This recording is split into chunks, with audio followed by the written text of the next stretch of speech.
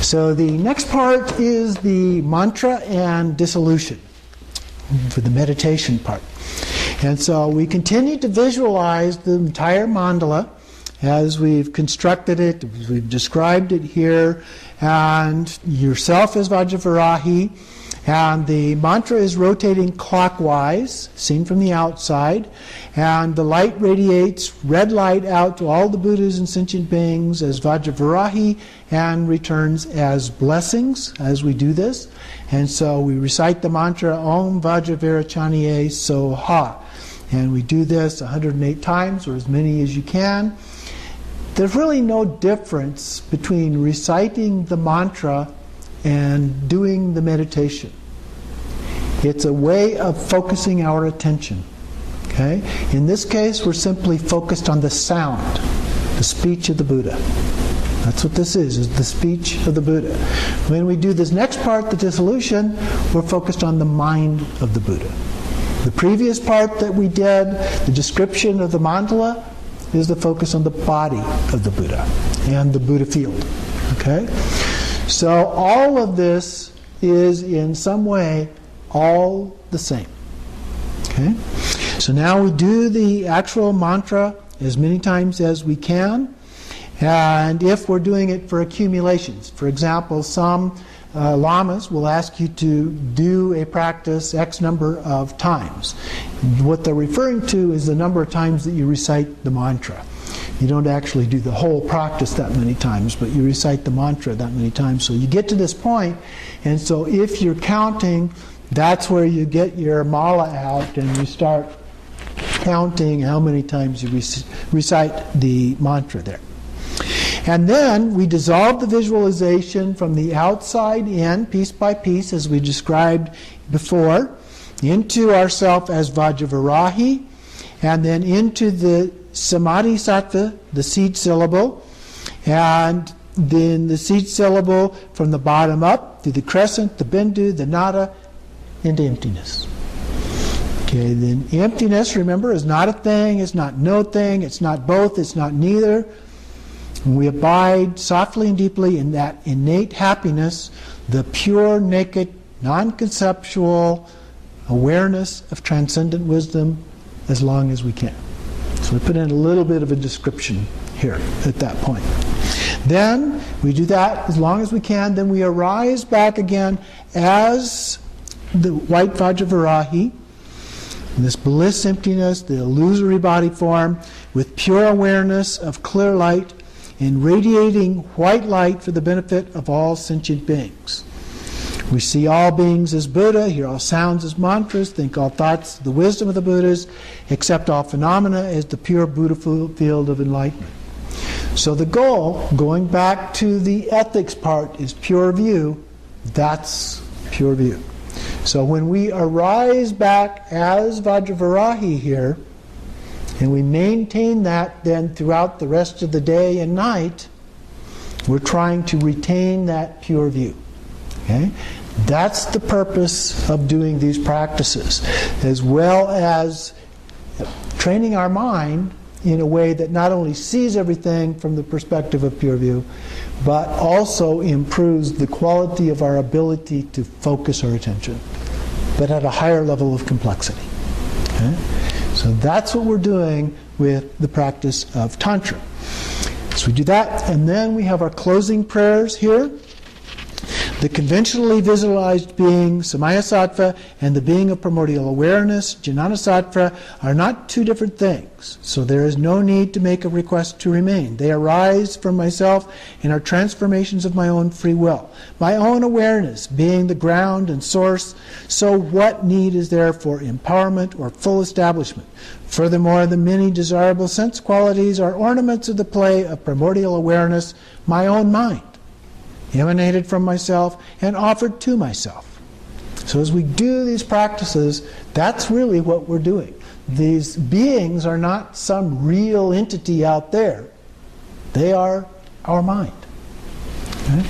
Even these things that we show and manifest around us are not real things out there. Okay? They have no inherent existence, as we saw previously. Okay? But they exist as entities of our mind. We experience them in our mind. Okay? All experience is in our mind. That's why we call it illusory, because it appears to be really real. And that doesn't say that there's nothing out there, but whatever is out there is not the way we think it is. Okay? And even from a scientific point of view, we know that. You know, we don't see atoms, we don't see subatomic particles, we don't see these beams of energy going all over the place, at least most of us don't. So it's very different than what we normally see and experience. And so that is the idea here. Do not, emanated from myself, offered to myself. Do not seek samaya in other substances of offering. The measureless palace of phenomena, the spiritual preceptor and deities are all a great mandala setting its seal on reality. Just as the appearances in the mandala of water are devoid of self-nature, for example, what it's referring to here is if you make a drawing in water with your finger or something else, it just goes away. Are devoid of self-nature, view them as arising from the state free of taking things as real. Penetrating insight beyond word or expression, the unwavering enlightened dimension of absolute reality, Dharmakaya, chief of the five families, the enlightened dimension of perfect enjoyment of the qualities of great bliss, Sambhogakaya, the great enlightened dimension of manifest appearance, the hundredfold skillful means of compassion, Namanakaya. To all the deities of the three dimensions of enlightened presence, I bow down. Then we have the mandala of increasing mantras again. Om Sambhara Sambhara Bhimanasara Mahasambhava Humpe Soha. And then the purification mantras. Remember I mentioned early on the Sanskrit vowels and consonants? Here they are. They're often recited toward the end of one of the longer practices as a purification practice. So here we recite first the vowels, then the consonants. Om, a, e, u, ri, li, li, e, o, a, o, a. And then the consonants, ka, ga, na, ta, da, nya, ta, da, na, ta, da, na, pa, ba, ma, yara, la, wa, shaka, sa, kya, so, ha. Then the mantra of dependent origination, Om Yadharma Hetu Prabhava Hetun Takan Tatagato Hawadata Takansayo Niro Da Evam Wadi Mahashramana Ye Soha. Then the 100-syllable mantra of Vajrasattva, Om Benzasattva Samayam Anupalaya Benzasattva Tinopa Tishtadrido Mebawa Sutokayo Mebawa Supokayo Mebawa Anurakto Mebawa Sarva Siddhi Me Prayatsa Sarva Karma Sutsame Sitam Shriya Kuru Hong Ha Ha Ha Ha Ho Bhagavan Sarva Tatakata Bezri Mama Munta Bezri Mama Mahasamaya Sato Ah. Then we have some long life prayers, first for His Holiness the Dalai Lama. For this realm encircled by snow-covered mountains, you are the source of every benefit and bliss without exception. Tenzin Gyatso, you who are one with Avalokiteshvara, may you remain steadfast until samsara's end.